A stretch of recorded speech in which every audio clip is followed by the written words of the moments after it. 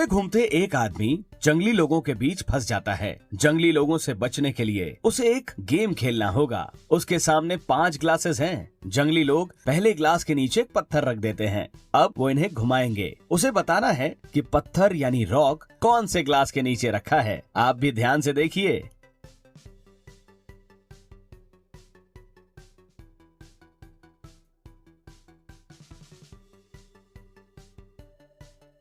जंगली लोग फिर उस आदमी से पूछते हैं, बताओ पत्थर कौन से ग्लास के नीचे है? तो आदमी बोलता है डी। अब आप बताइए कि क्या वो आदमी उन जंगली लोगों से बच पाएगा कि नहीं बच पाएगा? मुझे अपना आंसर कमेंट करके बताइए। आप चाहें तो रिपीट भी कर सकते हैं।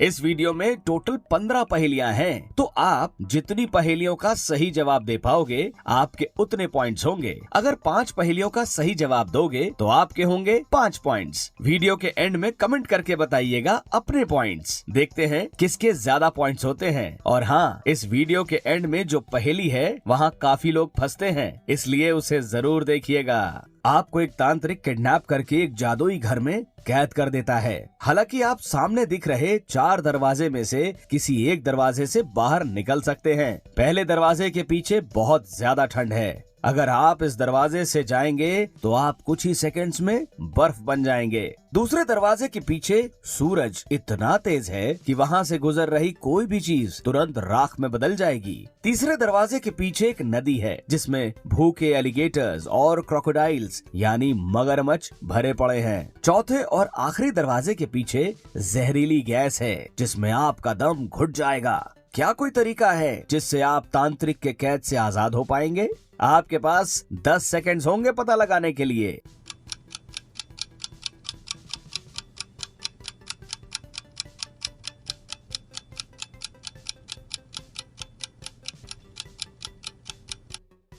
कॉमन सेंस लगाना था। शाम का इंतजार करो और जब सूरज ढल जाए तो दूसरे दरवाजे से निकल लो। क्या आपका जवाब भी यही था? इस पहेली में मेरे शब्दों पर ध्यान दीजिएगा, वरना आप फंस जाओगे। आप घूमते घूमते गुफा में फंस गए हैं। आपके सामने गुफा से बाहर निकलने के 2 दरवाजे होते हैं। पहले दरवाजे के पीछे गर्म लावा की नदी है। अगर आप उसमें गए तो आप ऑफ कोर्स जलकर मर जाएंगे। दूसरे दरवाजे के पीछे -30 डिग्री के ठंडे पानी की नदी है। इस दरवाजे से अगर आप तैर कर गए तो आप पानी में बर्फ बन जाएंगे और आपकी मौत हो जाएगी। आपके पास कोई सामान नहीं है और आप अकेले हैं। बताइए कि आप कौन सा दरवाजा चुनेंगे गुफा से बाहर आने के लिए? और जैसा कि मैंने बताया, मेरे शब्दों पर ध्यान जरूर दीजिएगा, वरना यहाँ आपका पॉइंट नहीं बढ़ेगा। स्टार्ट।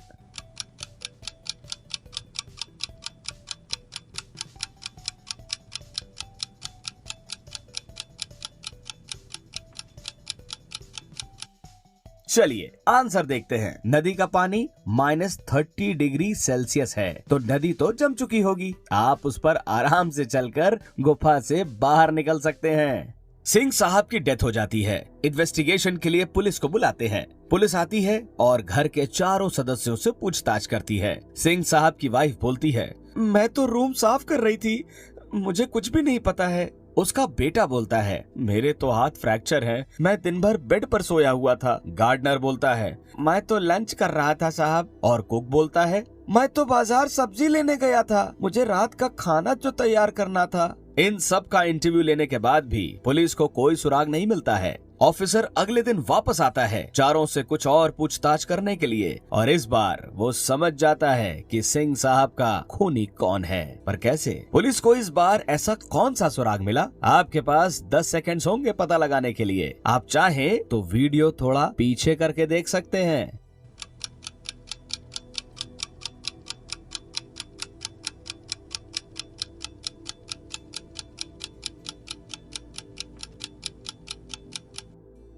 खूनी सिंह साहब का बेटा है। जब पहले दिन ऑफिसर आया तो इसका राइट हैंड फ्रैक्चर्ड था, लेकिन दूसरे दिन इसने पट्टी लेफ्ट हैंड में लगाई हुई थी, यानी ये बस नाटक कर रहा था। खून इसी ने किया है। क्यों? था ना मजेदार? पुलिस ऑफिसर विपुल बहुत ही घमंडी था। एक दिन उसका मर्डर हो जाता है। डिटेक्टिव क्राइम सीन पर पहुंच जाता है। उसे विपुल के पॉकेट से एक पर्ची मिलती है जिसमें ये लिखा था। डिटेक्टिव को 3 लोगों पर शक जाता है। साफ सफाई करने वाला राज, जेल का कैदी अमित और दूसरा पुलिस वाला तेज।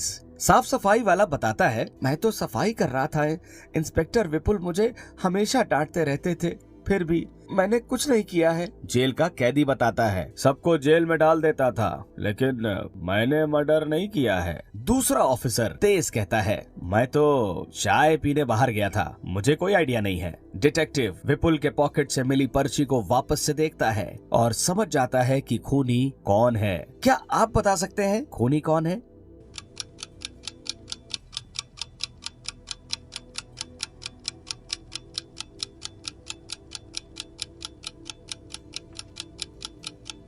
खूनी साफ सफाई करने वाला राज है। विपुल के पॉकेट से जो पर्ची मिली उसमें लिखे अल्फाबेट में -1 कर दीजिए। एस से पहले आर आता है, बी के पहले ए आता है और के पहले जे आता है, यानी राज डिटेक्टिव के हाथों पकड़ा जाता है। दुकान से जैसे ही मालिक बाहर जाता है वैसे ही एक कस्टमर काउंटर पर रखे 500 रुपए चुरा लेता है। कुछ देर में जब दुकानदार वापस आता है तो कस्टमर वही 500 रुपए देकर दुकानदार से 350 रुपए का सामान खरीदता है और दुकानदार उसे उसके सामान के साथ बाकी के 150 रुपए भी वापस देता है। दिमाग लगाइए और बताइए कि दुकानदार का टोटल कितने रुपए का नुकसान हो गया।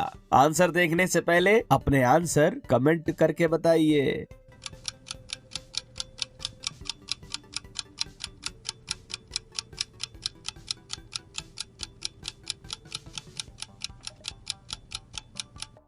दुकानदार के 500 रुपए का ही नुकसान हुआ है। कैसे?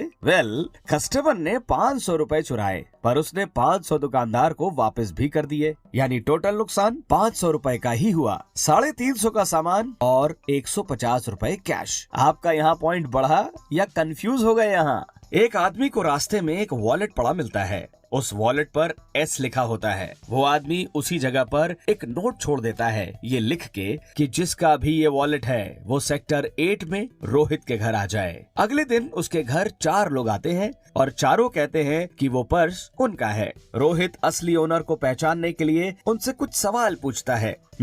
आप लोगों का नाम क्या है? पहला लड़का कहता है शुभम, दूसरा वैभव, तीसरा साकेत और चौथा श्याम। रोहित फिर दूसरा सवाल पूछता है, ये वॉलेट आपने कब खोया था? पहला आदमी कहता है दोपहर में घर जाते वक्त। दूसरा, जी दोपहर में स्टेशन जाते वक्त। तीसरा, दोपहर में जब दोस्त से मिलने गया था तब। और चौथा, शाम को जब मैं सब्जी लेने गया हुआ था। रोहित को अब भी 2 लोगों पर शक जाता है और वो एक सवाल पूछता है, वॉलेट कौन से कलर का था?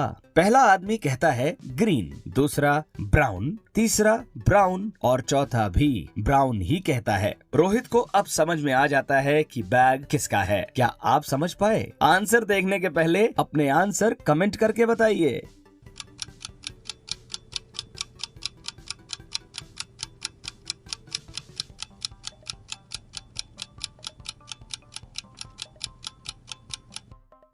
काफी सारे लोग अभी तक सोच रहे होंगे वो वॉलेट तीसरे बंदे का था। वॉलेट पर एस लिखा था तो वो वैभव का तो हो नहीं सकता क्योंकि उसका नाम वी से शुरू होता है। रोहित को वॉलेट दिन में मिला था तो फिर ये शाम को कैसे हो सकता है? यानी ये बैग चौथे बंदे का भी नहीं है और वॉलेट का कलर ब्राउन है, ग्रीन नहीं। तो पहला बंदा भी झूठ बोल रहा था। बैग का असली ओनर है तीसरा बंदा यानी साकेत। क्या आप ये सोच पाए थे?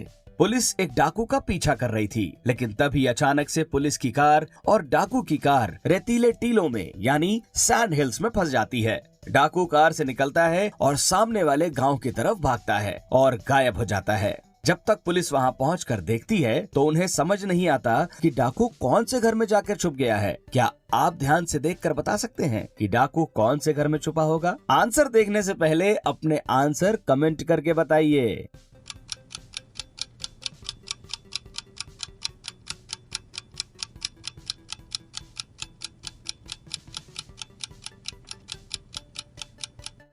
बाकी घरों में पैरों के निशान उस घर के गेट तक जा रहे हैं, लेकिन गेट तो बंद है। लेकिन अगर आप पैरों के निशान को ध्यान से देखेंगे तो घर डी के पैरों के निशान खिड़की की तरफ जा रहे हैं। मतलब डाकू जरूर इस खिड़की से घर के अंदर घुस गया होगा। एक ट्रक, एक घुड़सवार और एक मोटरसाइकिलिस्ट एक साथ सिग्नल ग्रीन होने के इंतजार कर रहे होते हैं। अचानक से ट्रक ड्राइवर ने ट्रक का हॉर्न बजाया। जोर की आवाज सुनकर बगल में खड़ा घोड़ा डर गया और उसने अपने बगल में खड़े मोटरसाइकिलिस्ट के कान काट लिए। तेज दर्द के कारण मोटरसाइकिलिस्ट गलती से बिना सिग्नल ग्रीन हुए बाइक को आगे बढ़ा देता है, जिससे एक एक्सीडेंट हो जाता है। सिचुएशन को अच्छे से एनालाइज करिए और बताइए कि पुलिस किसे पकड़ेगी। आपके पास 10 सेकंड्स हैं, अपने आंसर कमेंट करके बताइए।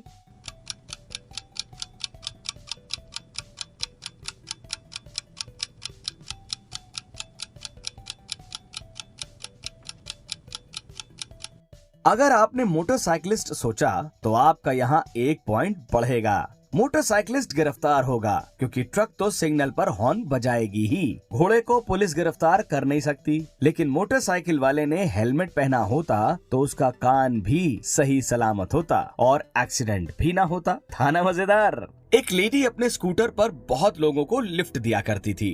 एक दिन ऐसे ही उसने किसी को लिफ्ट दिया और उस दिन उसकी मौत हो गई। डिटेक्टिव आशीष तुरंत वहां पहुंच जाता है, सीन को देखता है और समझ जाता है कि ये मर्डर नहीं एक्सीडेंट है। पर कैसे? डिटेक्टिव को ऐसा क्यों लगता है कि ये मर्डर नहीं एक एक्सीडेंट है? इसका हिंट वीडियो में ही है, तो आप चाहें तो वीडियो को पीछे करके देख सकते हैं। आंसर देखने के पहले अपना आंसर कमेंट करके बताइए।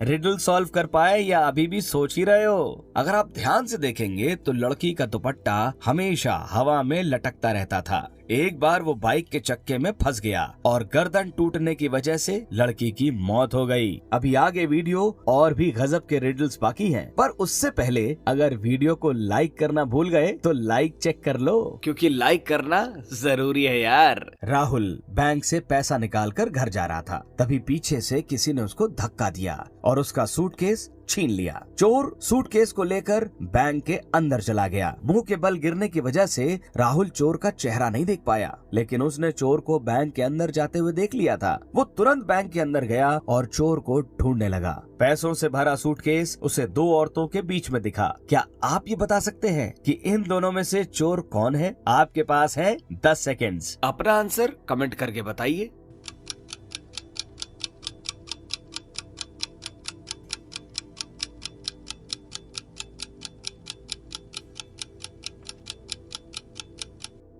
पता लगा पाए? अगर ए ने चोरी की होती तो सूटकेस उसके राइट में होना चाहिए था, क्योंकि उसके लेफ्ट हैंड में प्लास्टर है, मतलब चोरी बी ने की है। क्या आप बता सकते हैं कि इस लेडी का हस्बैंड कौन है? तीनों फोटोज को गौर से देखिए और मेरे बताने से पहले अपना आंसर कमेंट कीजिए।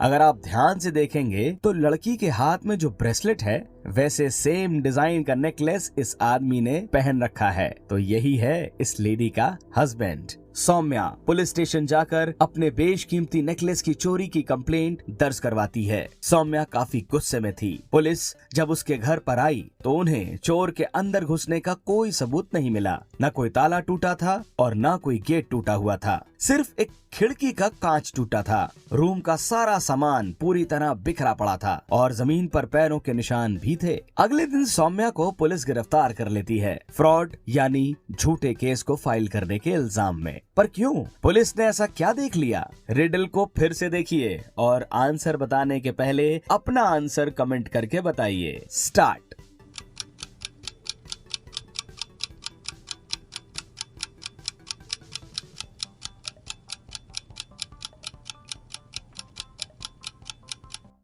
ओवर। पुलिस को विश्वास हुआ कि सौम्या झूठी है क्योंकि रूम की खिड़की रूम के अंदर से तोड़ी गई थी। अगर वो बाहर से टूटी होती तो फर्श पर कांच बिखरे पड़े होते। इन तीनों रास्तों को ध्यान से देखिए और मुझे बताइए कि आप कौन सा रास्ता चुनेंगे। पहला रास्ता नुकीले बर्फ का है, दूसरा रास्ता गरम लावा का है और तीसरा रास्ता जलते हुए कोयले यानी कोल का है। आंसर देखने से पहले अपने आंसर कमेंट करके बताइए।